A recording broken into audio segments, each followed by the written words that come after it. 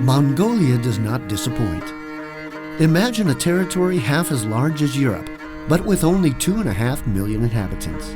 The land of the eternal blue sky is ideal for those who hope to find, in an ever-shrinking world, remote and amazing places. Mongolia is one of the highest places on Earth.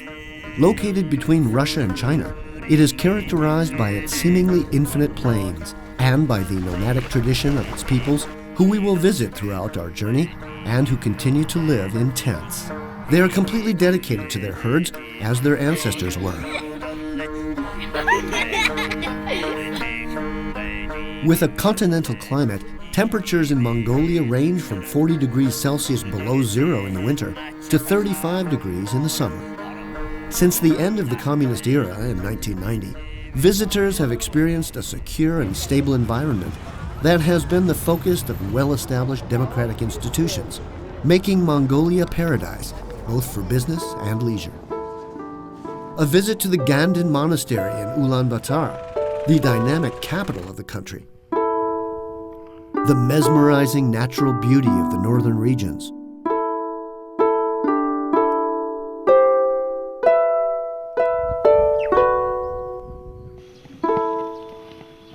Even the mythical Gobi Desert, where we will encounter huge dunes and the main dinosaur fossil digs in the world.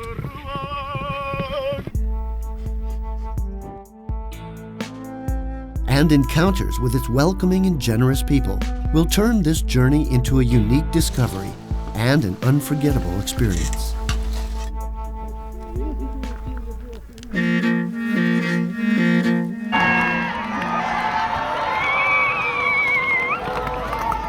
Here one can experience the flavor of unknown territory without any preparation, without dressing, and with a spontaneity that is certain to leave a lasting impression.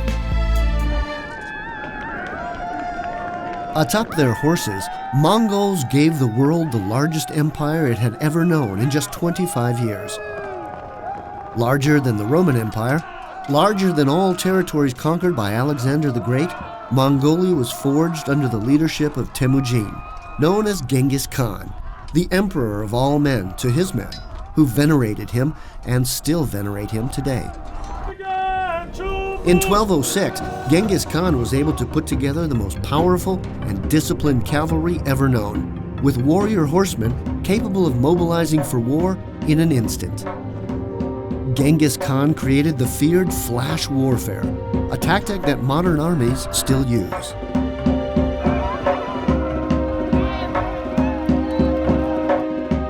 This national hero and his successors conquered all of Asia and European Russia, and they established armies even in Central Europe and in Southeast Asia, without ever abandoning their families, who traveled with them in their years. Genghis Khan's conquests were a major reason for the genetic mix that took place between Mongols and other people. It is said that the greatest treasures for the Mongols were the two key elements for life on the steppes, women and horses. It is also said that 1 out of every 200 people is a descendant of Genghis Khan, although only Mongol children are born with a blue stain on their back that disappears after their first year.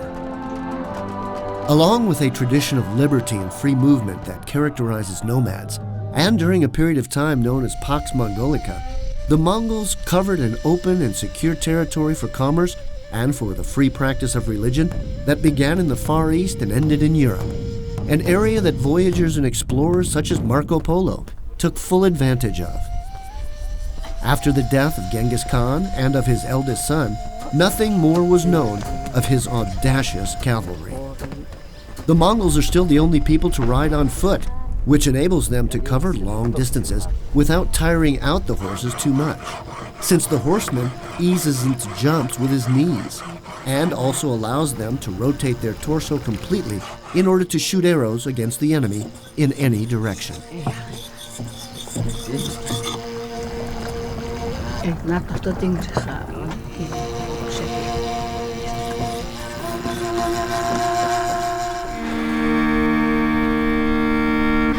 Genghis Khan founded the fastest mail system in history as they were true pioneers in this form of communication, inspiring many centuries later the famed Pony Express.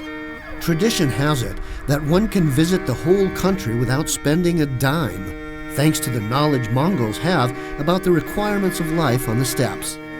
Their approach to natural disasters, the solitude of enormous distances, and the ability to survive under extreme conditions tend to generate a feeling of hospitality that makes all sorts of travelers feel quite welcome because of their amazing willingness to share everything they have without asking for anything in return. The visitor announces that he has arrived at a yurt upon yelling, "Hold your dogs."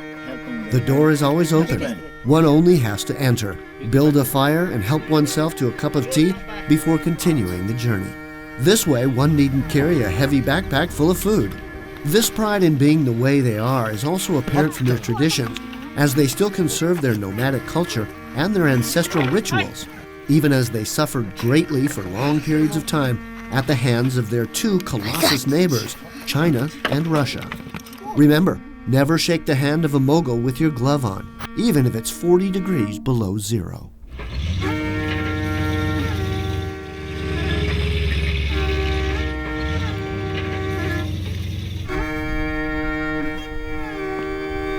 With 80% of its territory dedicated to pasturing, Mongolian nomads search for pastures for their varied herds. Cows, camels, sheep, goats, and horses, totaling 32 million heads of cattle, all of which has earned them the nickname Five Snouts Cattle. They provide families with transport, clothing, milk, meat, trading goods, and even a source of fuel, manure for the yurt's chimneys. We are a group of 12 families, and I'm the guide of all these families.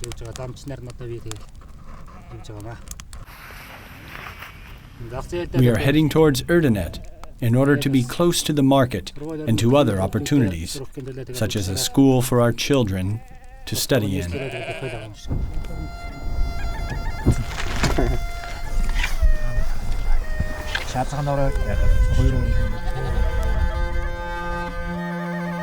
The nomadic home is easy to transport and can be built in just 2 hours.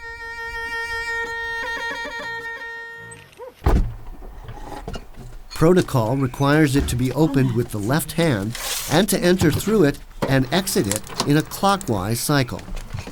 The door must always face south, thus avoiding the wind from the north. On the left, one can find an area for the woman and her work utensils.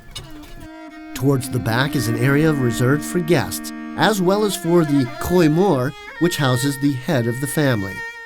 It also houses various chests with the family's treasures, as well as a small altar with sacred figures or buran, images of the Buddha and of ChinggisKhaan, their protectors.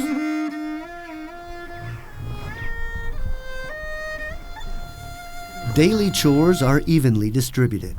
For instance, it is the woman who milks the cattle, something she does twice a day, while the man goes out to get wood or watches over their cattle.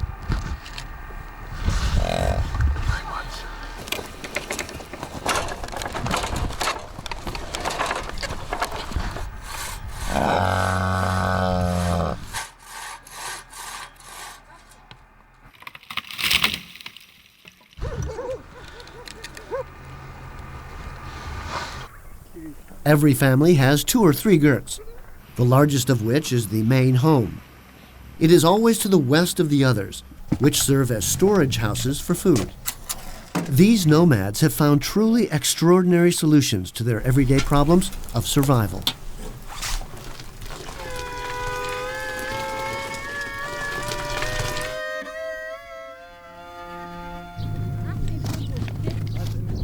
Ayrak is the Mongols' traditional spirit, the national beverage. It is prepared during the summer by storing mare's milk for a few days and always mixing it with the same pole.